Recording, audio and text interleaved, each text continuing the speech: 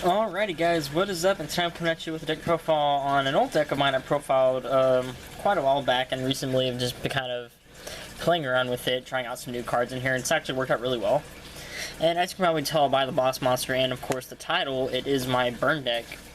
Now your typical burn decks are going to be like just your slower burn decks or just more typically chain burn, just because it tends to be the more popular choice. But mine's like kind of like a mix between the two. Like, it can burn your opponent out really fast. It just doesn't do like a whole bunch of chaining. It's just off of one card or two card combos, or even three from time to time. Yeah, burn's just always like one of those really awkward decks that I've just found really fun to play. Now it's not fun to play against, obviously, because your opponent's gonna be doing massive amounts of damage. There's actually some small locks you can do in here, but I'll get into that later.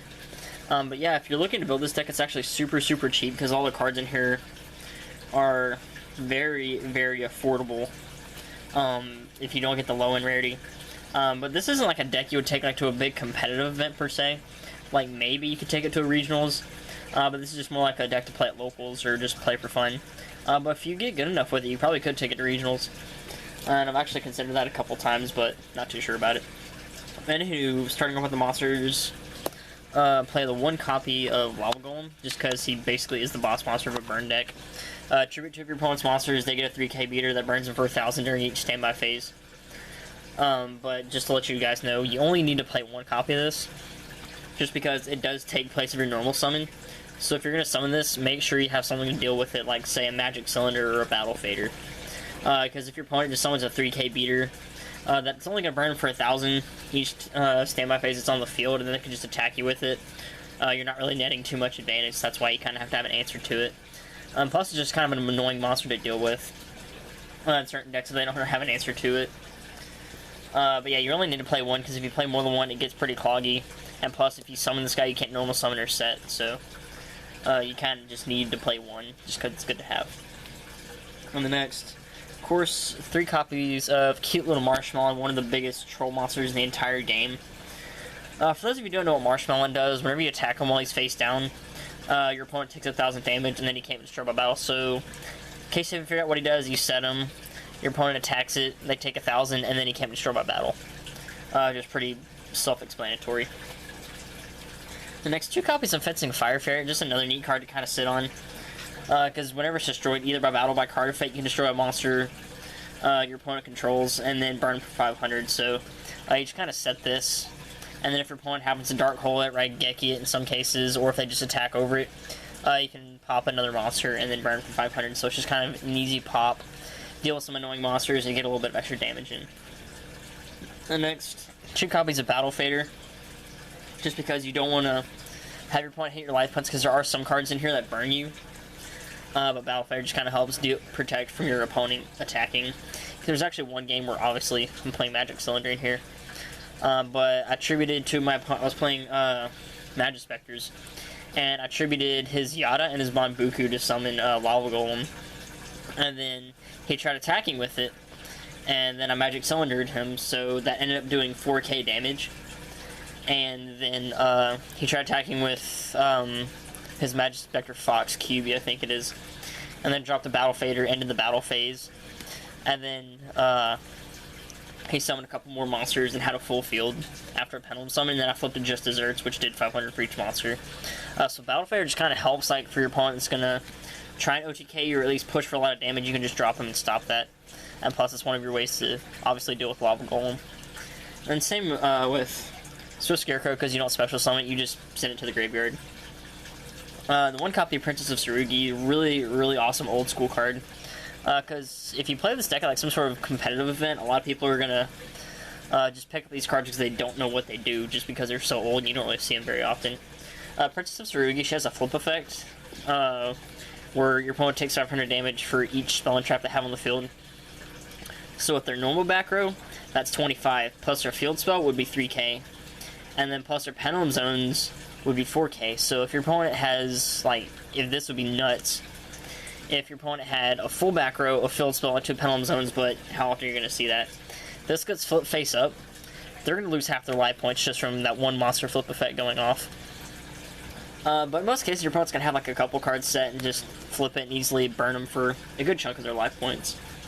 And then one Neospatian Grand Mold, just because bounce back those annoying monsters that you might not be able to deal with at the time, but you may be able to get an answer to it later. And then one of the new cards I'm trying in from Clash of Rebellions is 2 Aroma Jar. Testing this online and in person, it's actually worked out pretty well, just because a lot of your monsters aren't going to stay on the field too terribly long. So you have Aroma Jar that's kind of the same situation as Marshmallow, where it can't be destroyed by battle, and then during each player's end phase you're going to gain 500 life points. That's actually really good, because there's some cards in here that, which I'll get into later whenever I get into the spells, but there's a lot of cards that are going to be making you take life point damage in multiples of 500 and such. So Aroma Jar, if you can just sit on that for at least 2 turns, then you can easily give yourself some life points back. And plus, if you have 2 of these on the field, during each player's end phase, you're going to be gaining 1,000 life points. So if you can sit on these for a couple turns, it's nuts. So, yeah. And that's it for the monsters. Moving on to the spells, 3 copies of Chain Energy, another really old school card. I think it's from Magic Ruler, but of course also change it to Spell Ruler, whichever one. This card, if you open up with this, it is, in most cases, like, I've only remembered twice where I opened up with this card and didn't win. Basically what it does, your opponent has to pay 500 life points to normal summon, set. Basically, they're going to have to pay 500 life points to put a card from their hand on the field, so if you have multiples of these, it's dumb. They're going to be paying 1,000 life points just to drop like an MST to get rid of one of these, or even 500. And one of my friends actually borrowed this deck, and he actually opened up with all 3, which is like crazy. And I know somebody's gonna comment, oh, he's stacked. We actually sat there, power shuffled the deck, and still ended up with 3 Chain Energy, because remember, it's completely randomized. And there's the off chance that it could happen, and it actually did happen. Opened up with 3 Chain Energy, and you might be thinking, well, if you open up with 3, you're gonna pay life points. Actually, there's a way around that. What you would do is you can actually set the 2 Chain Energies, or even set 3 if you have them, and then activate them, so they're already set on the field, and you wouldn't have to pay the cost, and then you have your field set up to make your opponent basically pay to play Yu-Gi-Oh! And the next, 2 copies of Burning Land. Gets rid of field spells. Actually, I had to play this against Cosmos, but still ended up winning. Destroys any face-up field spells on the field, and during the player's turn, they take 500 damage. So you basically can just sit on this and burn your opponent for 500 during each turn. So if they don't get rid of it, it's going to easily whittle down their life points like crazy. Then 2 copies of Toll, another really old card. Basically, each player has to pay 500 life points per monster to attack. So there's like some situations where you can have your opponent like really put in a tight spot. Like, you can have this on the field, and like say a Magic Cylinder set, or a Battle Fader in your hand, or a Marshmallow set. You're gonna have to pay 500 life points to attack. You can Magic Cylinder them, Battle Fader them, or they attack into a Marshmallow and then they take 1,000. So this card just kind of really helps in like some situations where you can just really put your opponent into a really tough situation where they really have to think about their plays and consider what cards you could have in hand and what cards you can have sit on the field. The next, 1 copy of Dark Snake Syndrome. This card actually ties games, which is really strange because normally Konami, they usually either ban cards or they errata them that cause tie games. Like Chaos Super Dragon tied games, it got banned. Ring of Destruction did the exact same thing, it got banned, but then it got an errata, so you would take the damage first. Dark Snake Syndrome inflicts the damage at the same time. And what it does is you activate it, and during your turn, not during your opponent's turn, but during your turn, it starts up burning each player for 200 at the same time, and then each turn it doubles. So you can kind of just sit on this, and if you can have the resources to protect yourself, you can easily go for insane amounts of damage. Like, the most I've ever gotten off of this at one time is building up to doing 32 to each person. When I was playing online against Cyframes, and just kind of sat on this card. And there's like a weird little combo in here because I do play Chicken Game, and I'll get into that later. But it had that on the field, and it did 32 to each of us at the same time and ended up tying the game, which is really weird because I've never seen that happen online. But yeah, just to let you guys know, just play this at 1, because if you draw into multiples of it, it's just going to sit on it. If your opponent has an MST, then you just kind of wasted a card. So it's just kind of good to have just 1 copy of in case you ever want to sit there and burn your opponent out for a ton of damage. The next, 1 copy of Ukazi, just one of those old school play it, burn your opponent for 800 damage, no drawbacks. This actually comes in handy sometimes, because like if your opponent's going to negate stuff, you can still drop this and just straight up burn it for damage. Like, I was playing against one of my friends with Psyframes, and activated Burning Land to burn him for game, and he negated it with, I think, Epsilon. It's the one that negates spells. He negated that, and thankfully he didn't have Psyframe Circuit on the field. So, he negated it, destroyed it, summoned his driver, still had his monster on the field, and then just dropped Ukazi for game, which was like, it made him really salty. But Ukazi just kind of there. It's basically your Gaga Cowboy of the deck. In case you don't manage to burn out your opponent completely, you can just drop this and finish the game. The next 2 copies of Ground Claps are really old school card from Pharaoh's Servant. A lot of people, again, like I say, for much of these cards, not a lot of people know what they do. You drop Ground Claps and you pick 2 of your opponent's monster card zones, they can't use them. And there's a soft block you do with Ojamatrio that I get into later. Basically, you summon this, and then you pick 2 of their monster card zones, and usually I'll block them off with like these tokens, just so they remember what they are. And then they can't use those monster card zones, so it kind of locks them out of summoning a ton of monsters. And if you get Ojamatrio, it's even worse. 1 copy of Dark Door. I've actually considered taking this card because this is a 45 card deck. I think it's either 45 or 50. But Dark Door just makes it to where they can only attack with 1 monster per turn.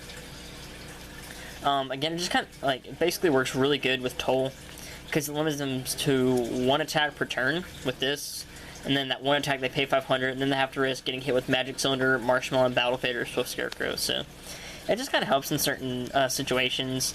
Kind of helps you from getting OTK if your opponent's gonna, like, say if you're playing Cosmos, that 1 monster, it gets that attack, they can't just keep climbing up the level ladder and summoning all their different spaceships, they can only get 1 attack per turn.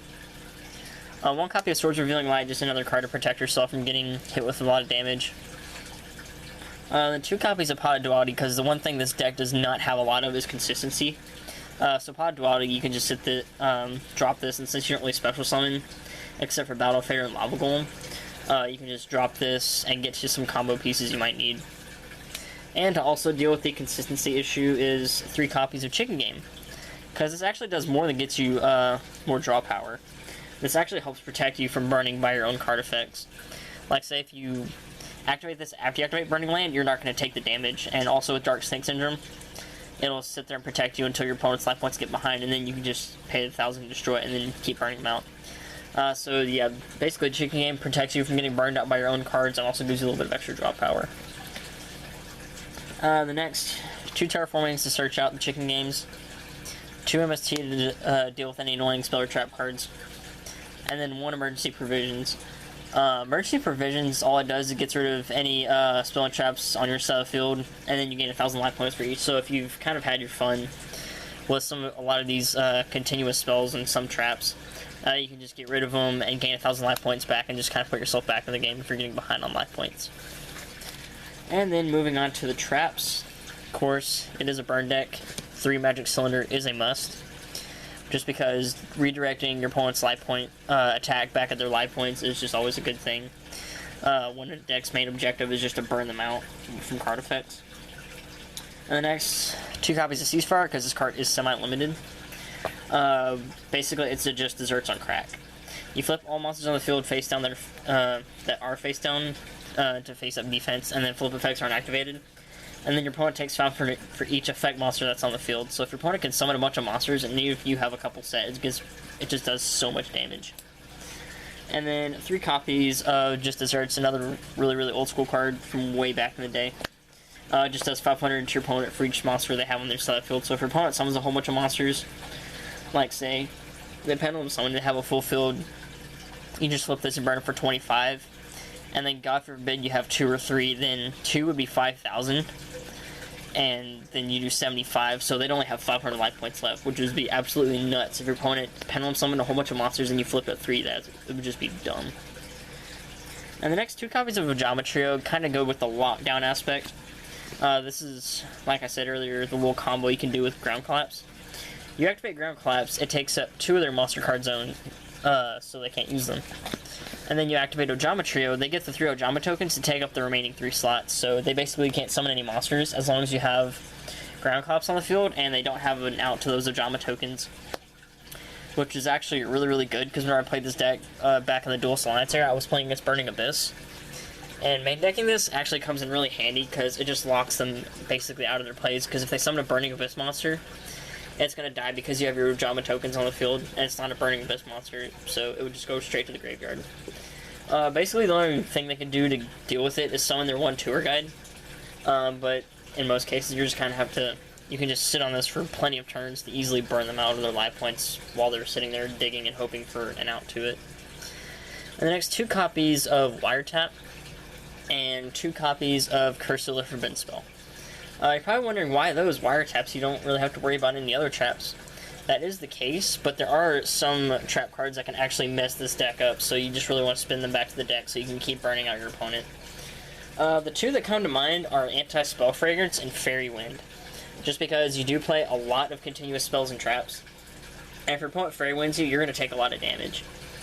And the Curse Seal Forbidden Spell, just kind of the same concept, stops MST, stops Spell Shattering Arrow, or whatever it's called. Basically, these are just the outs to it. And Curse Seal, having a spell in your hand is no big issue, because 50% of this deck, roughly, is spells. Like, these are all the spell cards, these are all the monsters, and these are all the traps, so half your deck is spells, so having a spell to make this card active is no big issue. So, of course, those just kind of help deal with the problematic spells and traps that might hurt your strategy. And then, of course, since we're playing Ojama Trio, you might want to have some tokens handy, so use these custom-made Harpy tokens, ironically, because in the artwork for Harpy's Hunting Ground, Harpy Lady One's hunting the Ojama Trio. And then these custom tokens I got from Phantasm Gaming TCG player orders. Use those to kind of mark off their monster zones. So yeah, that's it for the deck profile of my burn deck.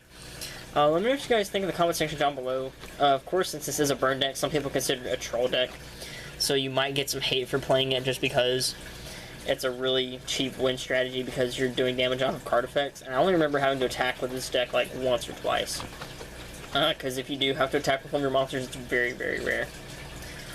But yeah, I hope you guys enjoy the deck profile. Let me know what you think in the comment section down below. I may update this sometime later in the future. But for now, this build's actually worked out pretty well in my opinion. That's it, and as always, I'll catch you guys later.